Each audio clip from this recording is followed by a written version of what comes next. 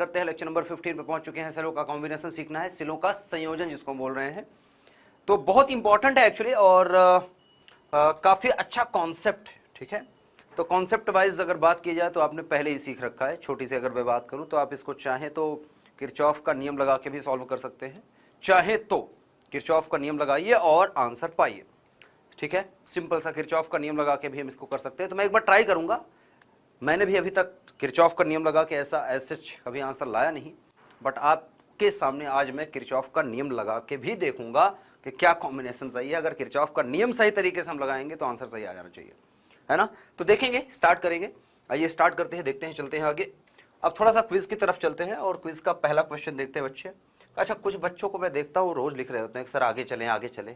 बेटा ये भी जरूरी है ना, किसी एक बच्चे के लिए भी अगर, है ना, इम्पॉर्टेंट है ये जो मैं बताया अभी, है ना, तो हो सकता है कि वो इस कोर्स में ज्वाइन करके उसकी लाइफ बन जाए, है ना।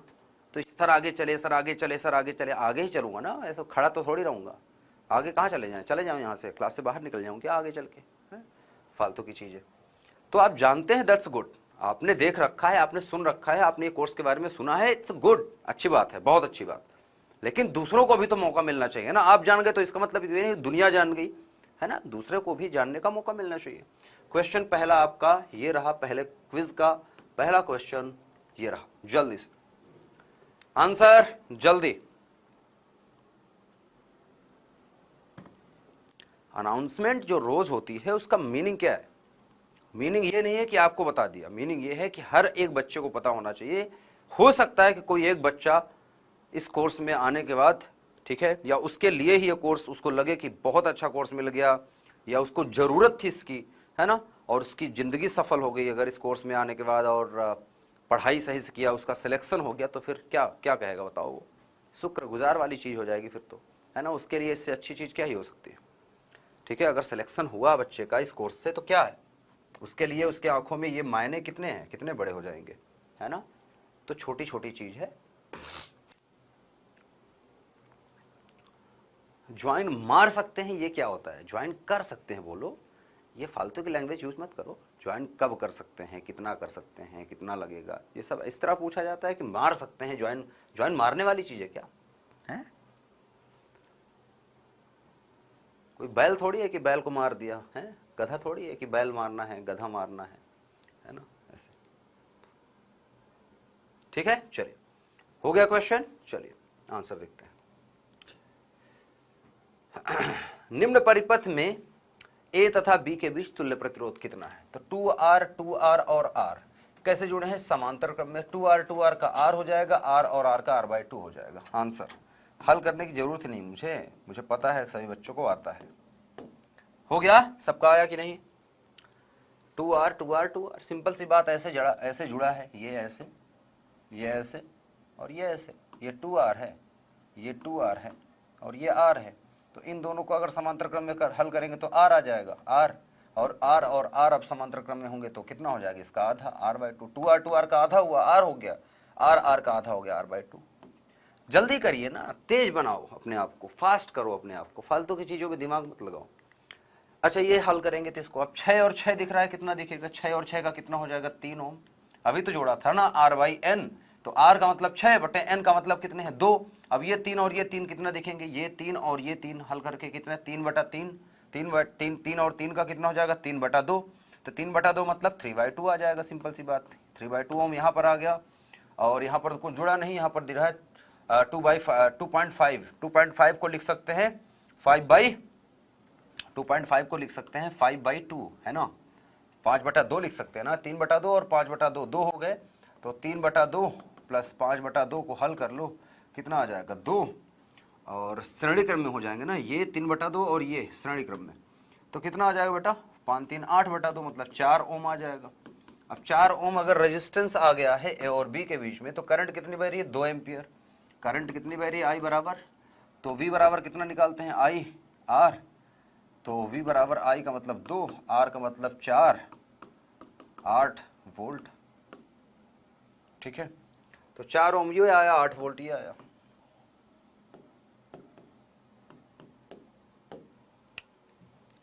तो क्वेश्चन जो है ना, सॉल्व फटाफट से करिए, ठीक है। क्वेश्चन टफ नहीं होते कभी भी।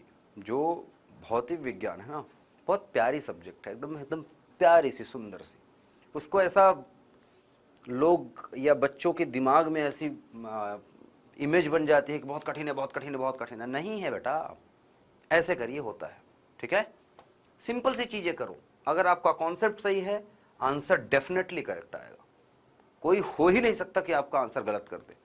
ठीक है, क्योंकि यहां पर गणित नहीं है, यहां पर है भौतिकी। गणित तो बीच में आती है, गणित तो बेटा हेल्प करती है सिर्फ। भौतिक विज्ञान भौतिक विज्ञान है ना। चलिए आइए, भौतिक विज्ञान में सारी चीज लॉजिकल है। आप कुछ भी चीज करते हैं ना तो उसका लॉजिक है कि ऐसा ही क्यों हो रहा है ना। सिंपल सी चीज। सेलों का संयोजन देखेंगे। देखो, हर चीज में जो हम सेलों का संयोजन देखें, सामान और या प्रतिरोधों का संयोजन देखें, या इससे पहले एक संयोजन हमने पढ़ा था संधारित्रों का संयोजन। तो कोई भी संयोजन हम जब पढ़ते हैं तो हम दो तरह के संयोजन पढ़ते हैं, समांतर क्रम और श्रेणी क्रम। श्रेणी क्रम, समांतर क्रम, दो तरह के संयोजन होते हैं। तो यहां भी होगा। और इसके बाद उसका मिक्स संयोजन कि श्रेणी क्रम में भी कुछ प्रतिरोध जुड़े हैं और समांतर क्रम में भी कुछ प्रतिरोध जुड़े हैं, तो इसका आंसर कितना आता है। तो सिंपल सी चीजें हैं, वैसे ही करते हैं। आइए स्टार्ट करते हैं। पहले हम श्रेणी क्रम से स्टार्ट करेंगे, फिर बाद में मिश्रित क्रम वाला लास्ट में आएगा। तो मैं ट्राई कर रहा हूं कि फटाफट से जल्दी जल्दी चले आगे। तो पहला है श्रेणी क्रम संयोजन। हेडिंग चुपचाप एकदम आराम से हेडिंग डालिए, श्रेणी क्रम। सभी बच्चे हैं, श्रेणी क्रम संयोजन। अब श्रेणी क्रम संयोजन कितना करना है, कितने सेल ले लें। चलो n सेल ले लेते हैं। अब श्रेणी क्रम में तो आपको पता है सेल होंगे और सेलों को जोड़ देना है। तो बार बार मुझे पोटेंशियल डिफरेंस नहीं बताना पड़ेगा, मुझे लगता है कि सेल आपको पता है और सेल के आंतरिक प्रतिरोध होते हैं, ये याद रख के हम करेंगे। ठीक है, सेलों के आंतरिक प्रतिरोध होते हैं, हमें ये पता होना चाहिए।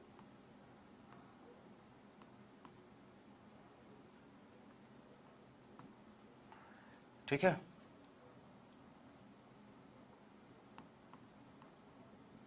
प्यार से चित्र बनाइए एक। अब भी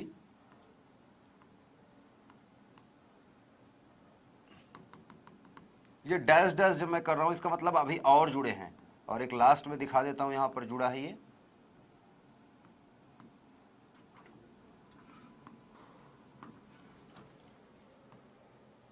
माना कि ये ए पॉइंट है और माना ये बी पॉइंट है। ध्यान से सुनना मेरी बात। यहां पर जो मैंने जोड़ा है सेल, सभी सेल एक ही जैसे हैं। सभी सेल जो है एक ही जैसे हैं, सभी सेल एक जैसे हैं। और सेल का आंतरिक प्रतिरोध होता है, तो सेल का आंतरिक प्रतिरोध दिख रहा है आपको। कुल मिला के ये पहला सेल है। ठीक है, इसका विद्युत वाहक बल E है और इसका जो आंतरिक प्रतिरोध है वो छोटा r है। इसका भी विद्युत वाहक बल E है, आंतरिक प्रतिरोध छोटा r है।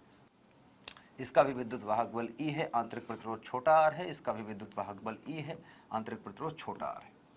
अब मैं कह रहा हूं कि कितने सेल जुड़े हैं, n सेलों का संयोजन। हम श्रेणी क्रम संयोजन देख रहे हैं, तो इसमें मैं नोट लिख दूं, नोट पॉइंट है, याद रखिएगा, n सेलों का श्रेणी क्रम संयोजन है।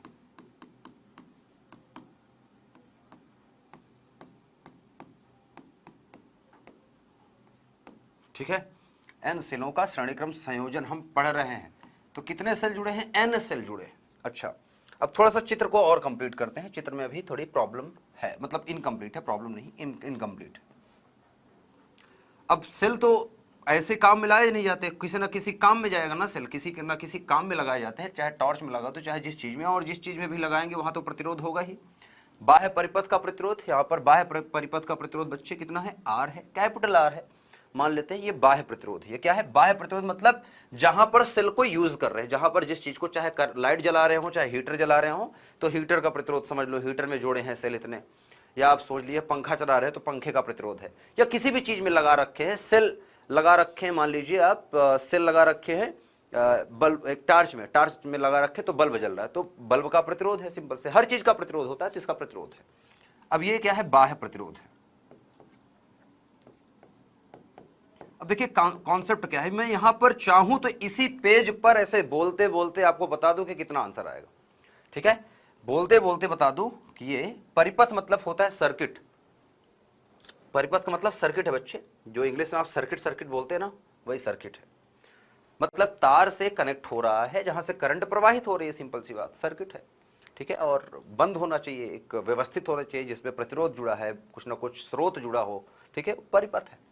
अब यहां से देखिए क्या होगा, यहां से कुछ करंट निकलेगी, यहां से कुछ करंट निकलेगी, यहां से कुछ करंट, लेकिन सब में करंट सेम निकलेगी। तो मैं मान लेता हूं कि कुल करंट जो बह रही है वो आई है। ध्यान से सुनना मेरी बात, बहुत इंपॉर्टेंट चीज बता रहा हूं, अभी आपको समझ फिर नहीं आएगा। आई करंट बह रही है, सिंपल सी बात, और सभी जुड़े हैं। कैसे जुड़े हैं? ये जो पहला सेल है, ये मेरा पहला सेल है, ये मेरा दूसरा सेल है, ये मेरा तीसरा सेल है, और ये मेरा एनवां सेल है, एनवां सेल है, ठीक है, ऐसा याद रखिए। मैं जानबूझ के लिख दिया ताकि आपको दिखे, एनवां सेल है। अब ये जो एन सेल इस तरह से जुड़े हैं, सब में से करंट बह रही है और करंट इस तरह से जा रही है, और करंट हर जगह आई करंट इस तरह से बहती हुई चली आ रही है, आई करंट बह रही है। अब सारी चीज हो गई, ठीक है। अब देखिएगा, ध्यान से दीजिएगा। अब यहां पर हमें जानते हो क्या निकालना है, हमें पर निकालना है यहां पर कि आई का मान क्या है। हमें क्या निकालना है, ये आपको पता होना चाहिए कि हम निकाल क्या रहे हैं। तो हम निकाल क्या रहे हैं बच्चे? पहली चीज आपके दिमाग में जो होनी चाहिए, हमें करंट निकालना है कि कितनी करंट बह रही है। जब श्रेणी क्रम में लगाएंगे सेलों को, तो सेलों को लगाने पर जो करंट है, कितना करंट बहेगा। अगर एक ही प्रकार के एन सेल जोड़ दिया जाए इस तरह से, तो कितना करंट बहेगी। तो एक बार अगर मैं आपसे पूछूं कि करंट अगर देखो तो वो क्या बह रही है, एक ही रास्ता है करंट के बहने का। करंट ऐसे बहती आ रही है, फिर जा रही है, फिर बहती आ रही है, फिर जा रही है, फिर बहती आ रही है, जा रही है। मतलब रास्ता कितना है, एक। मतलब ये सभी चीजें कैसे जुड़े हैं, श्रेणी क्रम में। ये वाला बाहर वाला जो प्रतिरोध है ना, ये बाहर वाला प्रतिरोध भी इन सेलों के साथ कैसा जुड़ा है, श्रेणी क्रम में जुड़ा है कि नहीं। एक बार जल्दी से बताओ, जुड़ा है कि नहीं। ये जो सेल हैं, सेल इस आर के साथ कैसे जुड़े हैं, कैसे जुड़े हैं, श्रेणी क्रम में जुड़े हैं कि नहीं, जुड़े हैं ना, श्रेणी क्रम में ही तो जुड़े हैं। ऊपर नीचे मत देखना, रास्ता देखना करंट का, करंट का रास्ता सेम है, मतलब सारी की सारी चीजें कैसे जुड़ी हैं, श्रेणी क्रम में जुड़ी हैं। अच्छा, तो कुल मैं कहूं कि सेलों का, देखो एन सेल हैं, तो मैं सिंपल सी बात लिखूंगा यहां पर, एन सेलों का या एन सेलों के आंतरिक या एन सेलों का कुल आंतरिक प्रतिरोध, ऐसा लिख लो। एन सेलों का कुल आंतरिक प्रतिरोध अगर मुझे लिखना है तो क्या लिखूंगा, एन सेलों का कुल आंतरिक प्रतिरोध बताओ कितना है। देखो देखो देखो देखो, कुल आंतरिक प्रतिरोध कितना कर सकते हैं बच्चे। एन सेलों का कुल आंतरिक प्रतिरोध अगर मैं देखूं तो ये बराबर होगा, सारे सेल कितने हैं, एन है, और सबके पास एक एक प्रतिरोध है। तो कितने प्रतिरोध जुड़े हैं, एन प्रतिरोध जुड़े हैं, और सभी कितने हैं, आर आर आर के हैं, तो एन आर ओम, ठीक है। अब ये एन आर ओम जो प्रतिरोध है, ये इसके साथ कैसे जुड़े हैं, श्रेणी क्रम में। तो सिंपल सी बात है, मैं लिखूंगा परिपथ का कुल, परिपथ का कुल प्रतिरोध बताओ मुझे। ये कुल प्रतिरोध नहीं है, वो सिर्फ सेलों का प्रतिरोध है, ठीक है। परिपथ का कुल प्रतिरोध बताइए कितना होगा। तो परिपथ में देखो तो ये एन आर तो जुड़े ही है, लेकिन प्लस में एक बाहर भी प्रतिरोध जुड़ा है, और ये श्रेणी क्रम में जुड़े हैं। तो कुल प्रतिरोध आ गया एन आर प्लस आर। देखते रहिएगा, इतना ओम बोल सकते हैं, इतना ओम प्रतिरोध है ये। अच्छा, एक चीज निकाल आई। अब करंट निकालने हैं तो हमें क्या लगाना है, सिंपल सी बात है, हमें एक चीज लगाना है। या तो मैं ऐसा बोल सकता हूं कि मुझे सिर्फ और सिर्फ ओम का नियम लगाना है। ओम का नियम क्या होता है, V बराबर आई आर। अच्छा, मुझे एक चीज बताओ, अब सेल जुड़े हैं, ठीक है, सेल जुड़े हैं, तो कितने सेल जुड़े हैं, कितने सेल जुड़े हैं, एन सेल जुड़े हैं। तो अगर एक सेल ई है, दूसरा सेल ई है, अगर सिर्फ दो जुड़े होते तो मैं क्या कहता, 2E जुड़े हैं। कुल विद्युत वाहक बल कितना है, 2E। तीन जुड़े होते तो 3E। तो एन जुड़े हैं तो कितने विद्युत वाहक बल हो गया। परिपथ का कुल विद्युत वाहक बल बताओ कितना हो जाएगा। परिपथ का कुल विद्युत वाहक बल,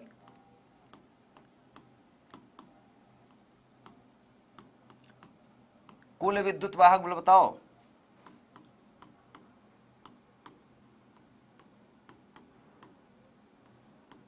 बताओ बताओ बताओ बताओ। अरे मान लो कि 2 वोल्ट 2 वोल्ट 2 वोल्ट 2 वोल्ट के इसी तरह के कितने जुड़े हैं, मान लो 4 जुड़े हैं, तो आप क्या करोगे, 2 वोल्ट के अगर 4 सेल जुड़े हैं तो आप क्या कहोगे, 4 दूनी 8 वोल्ट हो गया दोनों, ठीक है। आप कहोगे कि 8 वोल्ट का सेल हो गया, मिलकर के 8 वोल्ट की बैटरी की तरह काम करेंगे। अगर 2-2 वोल्ट के आपके पास 4 सेल हो गए तो आप कहोगे कि 8 वोल्ट का ये बैटरी हो गया, 8 वोल्ट का बड़ा सेल बन गया, यही बोलेंगे ना। तो ये Ne का एक बड़ा सा सेल बन गया, ठीक है। एक बड़ा सेल सोचो, और जिसका प्रतिरोध Nr है और जिसका वैद्युत वाहक बल Ne है, ठीक है, वैसा सा हो गया। कुल वैद्युत वाहक बल अगर निकालेंगे तो ये आ जाएगा हमारे पास बराबर करके, कुल विद्युत वाहक बल आ जाएगा हमारे पास बराबर हो जाएगा Ne के। इसको एक चित्र से समझ लो। अभी जो हमने किया उसका एक चित्र अगर मैं बना के दिखाऊं तो मैंने क्या किया, इस प्रतिरोधों को हल किया तो ये क्या हो गए, Nr हो गए, और ये कितना हो गया, ये हो गया Ne के, ठीक है।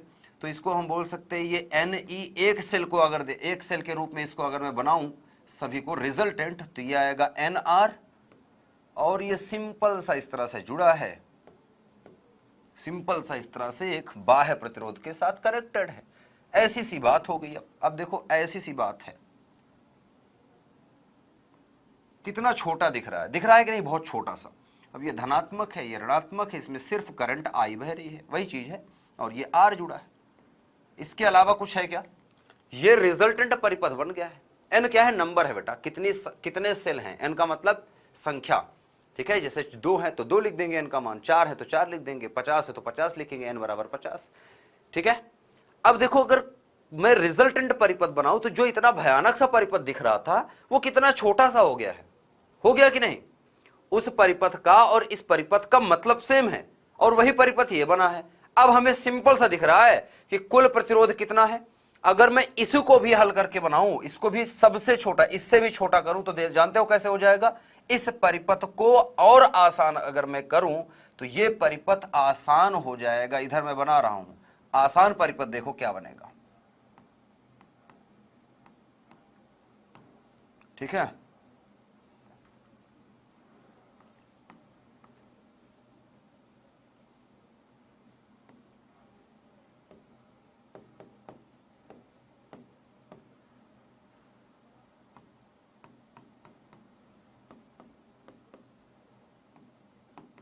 बताओ ये आसान नहीं दिख रहा है, उससे भी आसान दिख रहा है कि नहीं।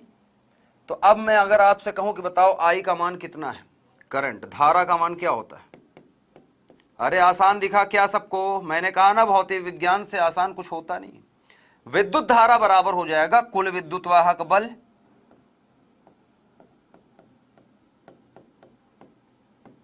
कहां से आ रही है, करंट सेल से आ रही है, परिपथ कितना है जो खर्च करेगा वो ये है, कुल विद्युत वाहक बल बटे कुल प्रतिरोध। कुछ करना था क्या मुझे, कुछ नहीं करना था, फालतू की चीज थी, सेलों का संयोजन में ऐसे ही था। ये देखो ये आ गया Ne और बटा हो जाएगा R प्लस NR, ऐसा लिख लो, या NR प्लस R लिख लो, जो भी लिखना है आपका आंसर एम्पियर। तो प्रॉब्लम कहां आती है ना, प्रॉब्लम कहां आती है बच्चों को। अब सोचो कि आपको फिर आसान क्यों नहीं लगता चीजें, है ना, कठिन क्यों लगती है। किताब में देखोगे तो 20 तरह के शब्द लिखे हैं और 20 तरह की चीजें लिखी हैं। अभी आसान क्यों लगा आपको, वहां पर आसान क्यों नहीं लगता, या जब आप खुद से पढ़ते हैं तो आसान क्यों नहीं लगता। सिंपल सी चीज ये है कि आप किताब में ये चित्र देखते रहते हैं, आप जब ये हल कर चुके हैं ना तो इसका मतलब नहीं समझे आप, ठीक है। आपने सिर्फ गणित समझी है, ठीक है, आपने भौतिक विज्ञान नहीं समझा। जब आप इसको करते हैं कि R प्रतिरोधों को जोड़ने से NR प्रतिरोध आ गया, तुल्य प्रतिरोध लिखते हैं ना, कुल आंतरिक प्रतिरोध NR तथा परिपथ का कुल प्रतिरोध NR प्लस R, तो ये गणित कर रहे हैं आप, ये भौतिक विज्ञान नहीं है, ये तो गणित, ये तो जोड़ना है तो जोड़ ही तो रहे हैं। R R R R के N प्रतिरोध हो गए, जोड़ दिए, तो आप गणित में उलझ गए, भौतिक विज्ञान तो आपने सीखी नहीं। आप इसको लिख तो लेते हैं लेकिन इसका सही मकसद नहीं समझ पाते कि ये जो है ना ये बता क्या रहा है। ये बता रहा है कि जो हमने इतना बहुत लंबा चौड़ा सा चित्र बना रखा था, इसका काम धाम सिर्फ अकेला ये प्रतिरोध कर रहा है। ये जो इतने सारे जुड़े हैं इससे कोई मतलब नहीं है, इसका फालतू में जुड़े हैं। ए और बी के बीच में सिर्फ NR प्रतिरोध, NR प्लस R प्रतिरोध है, और सिंपल सी Ne जो है विद्युत वाहक बल है। और ये वोल्ट में लिख सकते हो इसको, आप चाहे तो वोल्ट लिख सकते हो, सिंपल सा वोल्ट, इतना वोल्ट Ne वोल्ट। तो इसका मतलब क्या है, ये परिपथ बना लो, या इससे भी आसान ये परिपथ हो गया। ये भौतिक विज्ञान कर रहे हो आप, ये है भौतिक विज्ञान। ये तो गणित थी, ये तो जोड़ घटाना गुणा भाग वाला काम है, ये तो गुणा था, ठीक है। तो सिंपल सी चीज ये की, और उसके बाद यहां पर भौतिक विज्ञान आप जानते हैं, ये तो बच्चे भी जानते हैं, कक्षा 10 में पढ़े होते हैं कि करंट बराबर क्या होता है, V बराबर IR पढ़ते हैं। तो जब यहां पर हम सेल यूज करते हैं तो E लिख देते हैं, V को हम क्या लिखते हैं, E सेलों के केस में, और IR हो जाएगा। अब कुल विद्युत वाहक बल है हमारे पास NE, I बराबर निकालेंगे तो E बटा R, E का मतलब कुल विद्युत वाहक बल, NE है यहाँ पर, और कुल प्रतिरोध कितना है, R प्लस NR। तो क्यों नहीं करते, है ना। चीजों को कठिन नहीं बनाना चाहिए, चीजों को आसान बनाइए, ठीक है।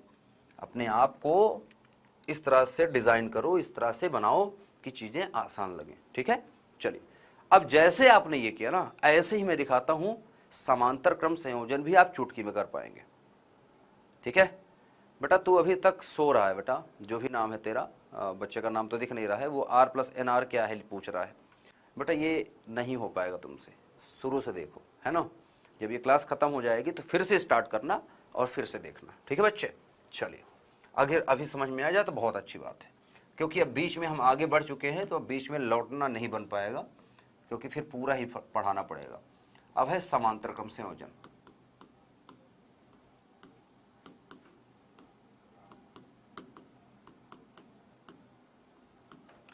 समांतर क्रम संयोजन, ठीक है, N सेलों का, या N नहीं M सेलों का मैं लिखूंगा।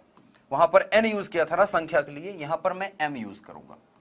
M सेलों का लिख रहा हूं ना, तो इसको आप समझ लो कि ये संख्या है। M क्या है, सिर्फ नंबर है, गिनने का नंबर है, सिर्फ रिप्रेजेंट कर रहा है नंबर, ठीक है। जैसे 1 2 3 4 5 6 7, तो M क्या है, M का मतलब सिर्फ है, M एक गिनती है, 1 2 3 4 5 डैश डैश डैश डैश, जितना गिन सकते हो गिन लो। तो M क्या है, संख्या है, किसका, सेलों की संख्या हम कर रहे हैं, और इसको हम M लिख रहे हैं। समझ में आई बात। जैसे यहां पर क्या था, N क्या था बेटा, यहां पर N का मतलब था, यहां पर N का मतलब है, जब N सेलों का संयोजन लिखते हैं तो यहां पर N का मतलब होता है 1 2 3 डैश डैश डैश, जितना जितना हो सके गिनते चले जाओ, जितने सेल होंगे वो भी लिख ले। N लिख सकते हैं, लेकिन मैं जानबूझ के M लिख रहा हूं, क्यों, क्योंकि अभी जब हम मिश्र क्रम संयोजन सीखेंगे, मिश्रित क्रम संयोजन सीखेंगे, तो उसमें श्रेणी क्रम भी होगा और समांतर क्रम भी, तो दोनों को N से दर्शाएंगे तो फिर आप समझ नहीं पाएंगे। इसीलिए श्रेणी क्रम को N से रखो, समांतर क्रम को M से रखते हैं, ठीक है, ताकि आपको डिफ्रेंशिएट करने में आसानी हो। अच्छा, अब यहां पर एक चित्र बनाइए, वही प्यारा सा सुंदर सा चित्र है, ठीक है, नंबर बताएगा, सिंपल सी बात है। सेलों को जोड़ना स्टार्ट करें, चलो।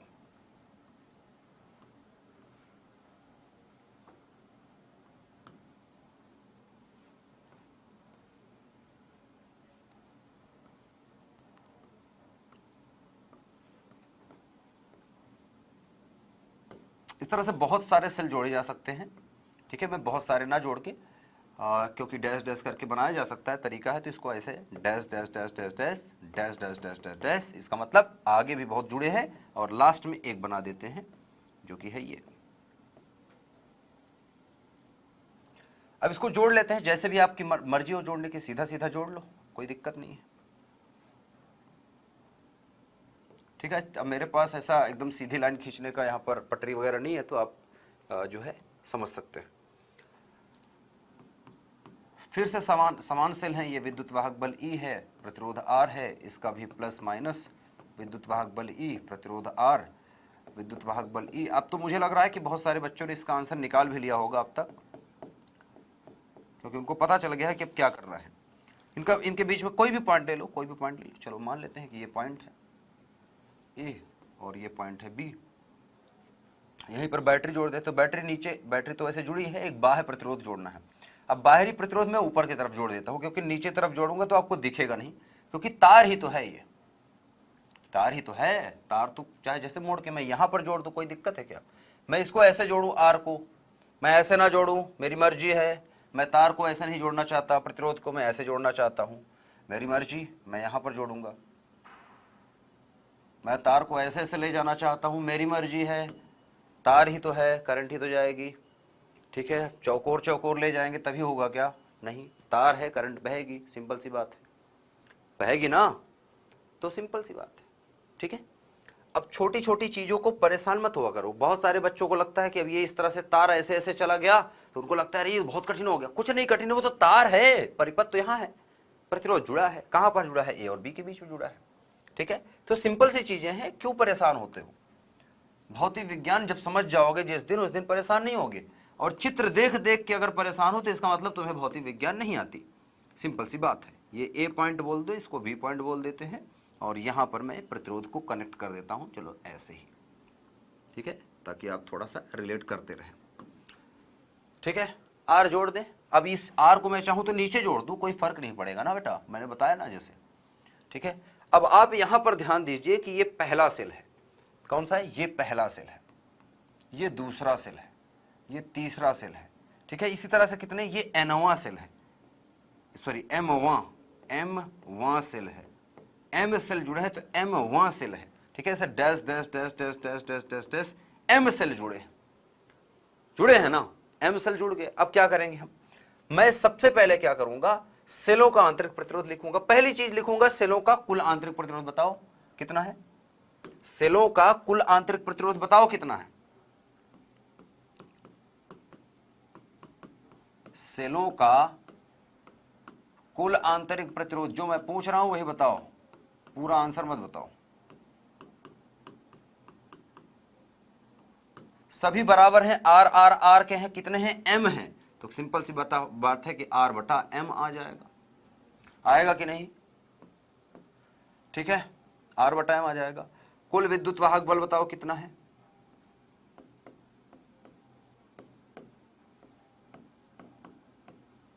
कुल विद्युत वाहक बल बताओ कितना है। हाँ, ये मैं पूछूंगा, कुल विद्युत वाहक बल बताइए कितना है। एम आर बटा एम आएगा बेटा, यहां पर एन आर नहीं होगा। यहां पर समांतर क्रम में जुड़े हैं, ये श्रेणी क्रम में नहीं है, समांतर क्रम में है, ये समांतर क्रम में है। आर बटा एम स्टार्ट हुई थी क्लास तो बताया था ना, अगर आर प्रतिरोध जुड़े हैं समांतर क्रम में तो कैसे हल करते हैं? आर बटा एन लिखते हैं ना, तो आर बटा एम लिखेंगे। यहां पर संख्या क्या है? एम है, तो आर बटा एम आएगा। ठीक है, गलत क्यों कर रहे हो? अब यहां पर कुल विद्युत वाहक बल, तो आप याद रखिए समांतर क्रम में विद्युत वाहक बल दो बिंदुओं के बीच में, सभी के सभी कहां जुड़े हैं? ए और बी के बीच में। इसका मतलब सब का विद्युत वाहक बल जब ई सेम है, अर्थात ई ए और बी के बीच का, ए और बी के सिरों का विद्युत वाहक बल और इस आर के सिरों का भी विद्युत वाहक बल अगर मैं लिखूं तो वो ई आएगा। कितना आएगा? ई। कितना आएगा? ई आएगा। यहां पर एम नहीं आएगा, यहां पर ये श्रेणी क्रम नहीं है, श्रेणी क्रम नहीं है, सिर्फ ई आएगा। कितना आएगा? Only E. क्या आएगा? क्या आएगा? सिर्फ ई। एक सेल के बराबर आएगा, सिंपल सी बात, एक सेल के बराबर आएगा, सिर्फ विद्युत वाहक बल ई आएगा। क्यों? क्योंकि सभी जुड़े हैं एक ही बिंदु के बीच में। ये देखो, ए और बी के बीच में सब जुड़े हैं। ठीक है, तो ये प्लस नहीं हो रहे हैं, इनका इफेक्ट जो है रिजल्टेंट इफेक्ट दिखेगा, ई ही दिखेगा। ठीक है, कैसे? जब प्रतिरोधों का संयोजन तुमने पढ़ा था बच्चे, तो प्रतिरोधों के संयोजन में क्या पढ़ा था? तीन प्रतिरोध ऐसे जोड़े थे, तीन प्रतिरोध ऐसे जोड़े थे, चित्र ऐसे से था क्या? देख लो, ऐसे बना लो चित्र, तार ही तो है, तार मोड़ लो कैसे भी। ये R1, ये R2, ये R3। क्या दिखाया था कि श्रेणी क्रम और समांतर क्रम में अंतर क्या होता है। अगर V वोल्ट की बैटरी जोड़ दी, इसका मतलब कहां कहां जोड़ा? ए और बी के बीच में अगर जोड़ा है तो ए और बी के बीच का जो विभवांतर होगा वो V वोल्ट के बराबर होगा। ठीक है, V वोल्ट के बराबर आएगा, सिंपल सी बात। तो समांतर क्रम में मतलब हर एक का विद्युत वाहक बल अगर मैं देखूं, या हर एक का वोल्टेज V है, हर एक का वोल्टेज V है, हर एक का वोल्टेज V है, क्योंकि A और B के बीच में ही सब जुड़ा है, तो कितना हो गया? V आएगा। ठीक है, बताया था, ये कर रहे थे ना, अब ये तो प्रूफ किए हो, ये तो 20 बार कर चुके हो। ठीक है, और सीरीज में क्यों बढ़ रहा था फिर? अब आपका क्वेश्चन होगा कि सर सीरीज में फिर कैसे किया? तो सीरीज में बच्चे जब जोड़ते हैं, जब सीरीज में जोड़ते हैं, तो जैसे दो को ही जोड़ के दिखाऊं मैं, तो ये अलग अलग बिंदु के बीच में जुड़े हैं। जैसे ये ए पॉइंट है, ये बी पॉइंट है, लेकिन इसके बीच में भी एक पॉइंट है तीसरा। ठीक है, अब बैटरी कहां जुड़ी है? अगर मैं बैटरी को जोड़ता हूं तो बैटरी या सेल कहां जुड़ा है? यहां जुड़ा है। ई वोल्ट की बैटरी अगर यहां जोड़ दिया मैं, तो इसका मतलब क्या हुआ, ई वोल्ट का विद्युत वाहक बल यहां है, ये R1 है, ये R2 है। ई वोल्ट का विद्युत वाहक बल यहां जुड़ा है ए और बी पर, इसका मतलब इसका विद्युत वाहक बल या इसका विभवांतर निकालेंगे तो वो अलग आएगा V1, इसका क्या आएगा V2, इसका अलग आएगा, लेकिन इसमें करंट सेम रहती है। और समांतर क्रम में क्या हो जाता है, करंट अलग अलग हो जाती है। सिंपल सी बात, समांतर क्रम में करंट अलग अलग होती है, श्रेणी क्रम में करंट सेम होती है। श्रेणी क्रम में V1 V2 हो जाता है, समांतर क्रम में जो विद्युत वाहक बल है वो सेम रहता है। तो सिंपल सी चीज है, ठीक है। एक में V सेम रहता है, एक में I सेम रहती है, ठीक है। चलिए, तो समांतर क्रम है, इसका मतलब A और B के बीच का विद्युत वाहक बल भी कितना है, E ही है, ठीक है। तो कुल विद्युत वाहक बल E है, E वोल्ट, ठीक है। अच्छा, अब इसका एक चित्र बनाता हूं मैं, अभी मैं कुल प्रतिरोध नहीं लिख रहा, एक अब इसको लिख लिया ना, इसको बनाता हूं। इसका मतलब हुआ कि जो चित्र है, ये चित्र, इस चित्र को अगर मैं बनाऊं तो मुझे ऐसा सा दिखेगा, देखो ऐसा सा दिखेगा। ये ए पॉइंट है मेरा, ठीक है, और यहां पर एक सेल जुड़ा है प्लस माइनस, और ये प्रतिरोध जुड़ा है, और ये बी पॉइंट है, और यहां पर इस तरह से एक ये प्रतिरोध जुड़ा है, ये आर है, ठीक है, ये आर है, ठीक है। और ये क्या है, ये है आर बटा एम, क्या है ये, आर बटा एम, और ये क्या है, ये सिर्फ ई है। क्या दिख रहा है आपको, करंट बह रही है, आई दिख रही है कि नहीं भाई, धनात्मक है तो यहां से करंट निकल रही होगी ना, यहां से करंट आई, यहां से I1 करंट आई होगी, यहां से I2 करंट आई होगी। तो क्योंकि आई करंट आ रही है तो यहां पर करंट जुड़ जाएंगी, आई सब में से करंट आएगी, तो एन आई करंट बहेगी पूरे में। कितनी बहेगी करंट, कितनी बहेगी करंट, एन आई। लेकिन मैं उसको लिख नहीं रहा हूं जानबूझ के, अभी रीजन में बताऊंगा आपको। अच्छा, ये चित्र दिख रहा है कि नहीं। अब मैं सिंपल सी बात करूं, यहां पर आई करंट मैं बहाता हूं, वहां पर करंट मत बहाओ, यहां पर करंट बहाओ, यहां पर आसान पड़ेगा आपको। यहां पर आई करंट धनात्मक से ऋणात्मक की तरफ बहेगी, या करंट ऐसे बह रही है, ठीक है, ऐसे बह रही है, ये सिंपल सी चीज। अब सिंपल सा दिख रहा है कि नहीं। कुल प्रतिरोध अगर मैं निकालूं अब, तो ये आर और ये आर बटा एम कैसे जुड़े हैं, समांतर क्रम में। कैसे हैं, समांतर क्रम में। दिख रहे हैं क्या, आर और ये कैसे जुड़े बेटा, समांतर क्रम में। सही बात बोल रहा हूं मैं, आर और आर बाई एम समांतर क्रम में जुड़े हैं। सही बात है क्या ये, हाँ जी बच्चे, पढ़ोगे तभी आएगा। आर और आर बटा एम समांतर क्रम में जुड़े हैं, सही बात है ये। नहीं, सीरीज है, एक ही तो रास्ता है, बहने का रास्ता है एक। समांतर क्रम कहां है, करंट के बहने का एक रास्ता है, क्या है ये, समांतर क्रम में ये जुड़े थे, इनके साथ ये जो जुड़ा है वो तो सीरीज में जुड़ा है। कैसी बात कर रहे हो, ये तो सीरीज में जुड़े हैं ना, श्रेणी क्रम में आर और आर बटा एम कैसे जुड़े हैं, श्रेणी क्रम ना है, नहीं है क्या, है सीरीज में है ना, क्या देख रहे हो। तो इन दोनों को हल करेंगे तो आर प्लस आर बटा एम आ जाएगा। अच्छा, ये छोटा आर है, ये याद रखिएगा, इसको मैंने बड़ा आर लिख दिया है, ये छोटा आर है, ये भी छोटा आर है बच्चे, ठीक है, मैंने ध्यान नहीं दिया, ये छोटा आर लिखेंगे इसको, ठीक है, छोटे आर है ना, आंतरिक प्रतिरोध छोटा आर है, आंतरिक प्रतिरोध छोटे आर। तो आर बटा एम और आर कैसे जुड़े हैं, श्रेणी क्रम में। तो कुल कितना आ जाएगा, कुल आ जाएगा, कुल प्रतिरोध आ जाएगा, परिपथ का कुल प्रतिरोध, परिपथ का कुल प्रतिरोध बराबर आ जाएगा, आर है और प्लस कितना है, छोटा आर बटा कितना है, एम, आर बटा एम है। सिंपल सी बात, इतना ओम आएगा, ठीक है। अतः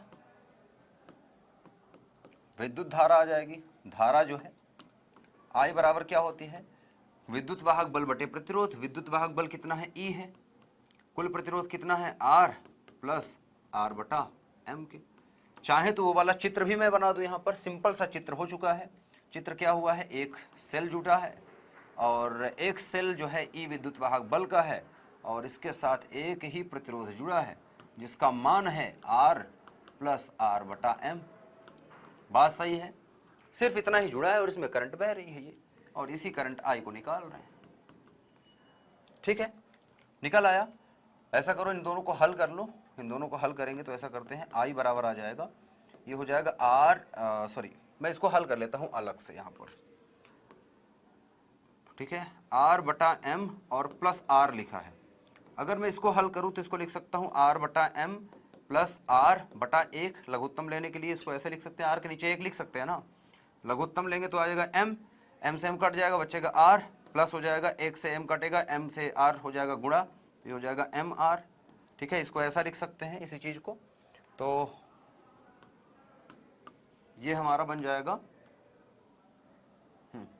ये हमारा आ जाएगा I बराबर E बटे में इसको लिख सकते हैं MR प्लस R बटे M के, ऐसा लिख सकते हैं।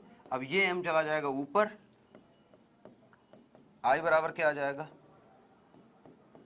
ME बटा आ जाएगा MR प्लस R के। आप चाहें तो इसी को आंसर लिख सकते थे, इसमें कोई गलती नहीं है।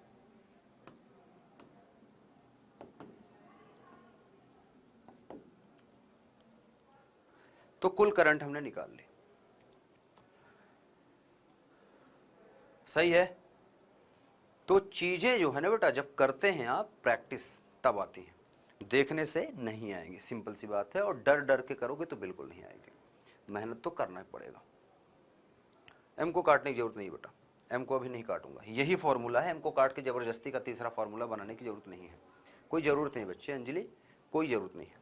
M को मैं काट भी दूंगा तो फिर से इसी तरह का फॉर्मूला बन जाएगा। क्या मतलब है M को काटने का? ठीक है, M को काटना ही नहीं है। मैं दिखाऊंगा आपको, जितने भी आप सवाल हल करेंगे डायरेक्ट यही फॉर्मूला लगाएंगे आप, दूसरा फॉर्मूला लगाने की जरूरत ही नहीं है। तो सिंपल सा श्रेणी क्रम संयोजन और समांतर क्रम संयोजन एक ही क्लास में सीख लिया, नहीं तो एक क्लास लगता है श्रेणी क्रम के लिए, एक क्लास लगता है समांतर क्रम के लिए। अगर मूर्खों की तरह आप पढ़ेंगे तो स्मार्ट तरीके से पढ़िए, चीजों को समझिए, आसान करके पढ़िए, चित्र का ध्यान रखें। इस चैप्टर में आप चित्र बनाते रहिए, चीजें आसान होती रहेंगी, हल होती रहेंगी, कोई दिक्कत ही नहीं आएगी। ठीक है, तो इस तरह से धीरे धीरे धीरे धीरे करके प्रैक्टिस करते करते करते करते आएगा। अब बहुत सारे बच्चों को प्रॉब्लम होती है कि सर न्यूमेरिकल नहीं हो रहा है, सर न्यूमेरिकल नहीं हो रहा है, सर न्यूमेरिकल नहीं हो रहा है। रटने से नहीं होगा ना। अगर ऐसा हो तो मैं मोबाइल में रिकॉर्ड करके रख दूं, दिन रात बजता रहे, सर न्यूमेरिकल नहीं होगा, न्यूमेरिकल नहीं होगा, है ना, भजन बना दूं उसको कि न्यूमेरिकल होगा ही नहीं। तो ये फिर तो ऐसा अगर हो जाए तो सभी बच्चे इस तरह से रिकॉर्ड करके रख लें, 3-4 साल तक बजाते रहें, पूरी फिजिक्स आ जाएगी उनको। ऐसा नहीं होगा ना। तो होगा कैसे, करना पड़ेगा, और एक दिन में नहीं आएगा न्यूमेरिकल। अब आपको ये टॉपिक समझ में आ गया तो हो सकता है आपसे अभी इसका क्वेश्चन ना हो, लेकिन ये निश्चित है कि आप अगर ट्राई करेंगे तो होगा। ऐसा है ही नहीं कि नहीं होगा, आपके लिए बनाया गया ना, आपकी किताब में है, आपका सिलेबस है, तो आपका होगा। और आप जैसे बच्चों के लिए ही बनाया गया है, तो आपसे क्यों नहीं होगा, होगा। फिलहाल इस क्लास में यहीं तक है। क्विज की तरफ चलते हैं। क्विज में जो प्रश्न है इसी से रिलेटेड है, और पहला जो क्वेश्चन आएगा आपके सामने उसको सही से आंसर करिएगा। दोनों क्वेश्चंस इजी हैं। पहला क्वेश्चन ये है, थोड़ा सही से पढ़ना है, इस क्वेश्चन को ध्यान से पढ़ना, गलत हो जाएगा।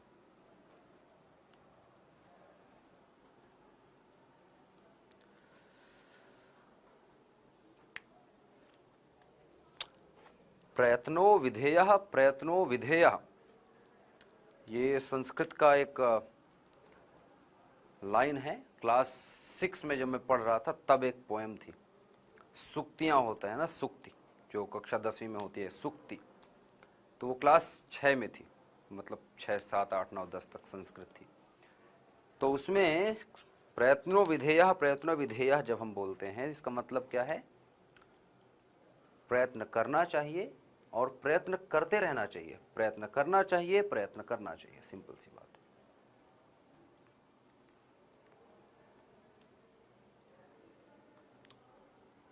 ठीक है,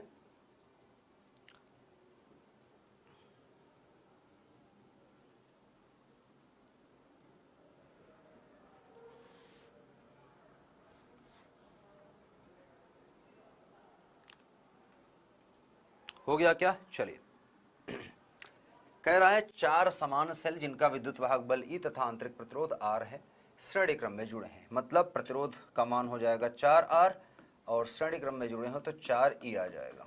और क्या है, उनमें से एक सेल गलत तरीके से जुड़ गया। बहुत अच्छी बात, बहुत बेहतरीन क्वेश्चन है ये। इसको मैंने जानबूझ के डाला था इस चीज के लिए, इसे ही तो बताना था आपको, यही चीज तो समझाने के लिए इस क्वेश्चन को डाली थी मैंने। ये है क्वेश्चन। अच्छा, ऐसे ही क्वेश्चन मजेदार होते हैं जो उठ पटांग हो थोड़े से।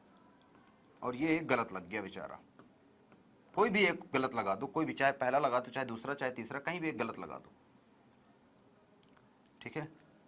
गलत तरीके से लगाने का इसका गलत, इसको मैं अलग कलर से बना रहा हूं, ठीक है। जो गलत लगाया हूं, जो प्रतिरोध गलत लगा, जो सेल गलत लगा है, उसको मैं अलग कलर से भी बना रहा हूं ताकि आपको दिखे।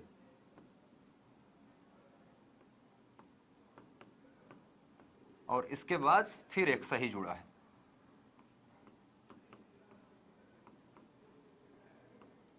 ठीक है। तो ये तीसरा वाला मैं देख रहा हूं कि गलत मैंने जोड़ा है, ठीक है। तो होगा क्या, अगर सभी बराबर हैं, ये E का है और ये R है, ये E है और ये भी R है, ये भी E है, ये भी R है, ये भी E है, ये भी R है, इसमें सीखने वाली चीज है। तो एक का विद्युत वाहक बल धनात्मक इधर की तरफ करंट भेजना चाह रहा है, एक का इधर, तो एक दूसरे का विद्युत वाहक बल ये कर देंगे नष्ट। E और E एक दूसरे का विद्युत वाहक बल कर देंगे नष्ट। तो विद्युत वाहक बल बचेगा सिर्फ दो के पास, E और E। लेकिन प्रतिरोध इनका कंसीडर किया जाएगा। प्रतिरोध रहेगा R R R और R, प्रतिरोध रहेगा 4R, लेकिन विद्युत वाहक बल बचे 2 तो 2E आ जाएगा, ठीक है। बहुत अच्छी बात है, ठीक है। तो 2E और 4R ये आएगा इसका आंसर डी। अच्छी लगी बात, ठीक है। तो ये एक दूसरे का प्रभाव खत्म कर देंगे, सिर्फ विद्युत वाहक बल। प्रतिरोध का थोड़ी प्रभाव होता है, प्रतिरोध तो रहेगा ही ना, प्रतिरोध तो सिर्फ प्रतिरोध है, रुकावट है वो तो रहेगी, वो थोड़ी खत्म होगी, वो तो सेल के अंदर है, अभी भी करंट जाएगी तभी तो खत्म होगी, ठीक है। तो वो तो रहेगा।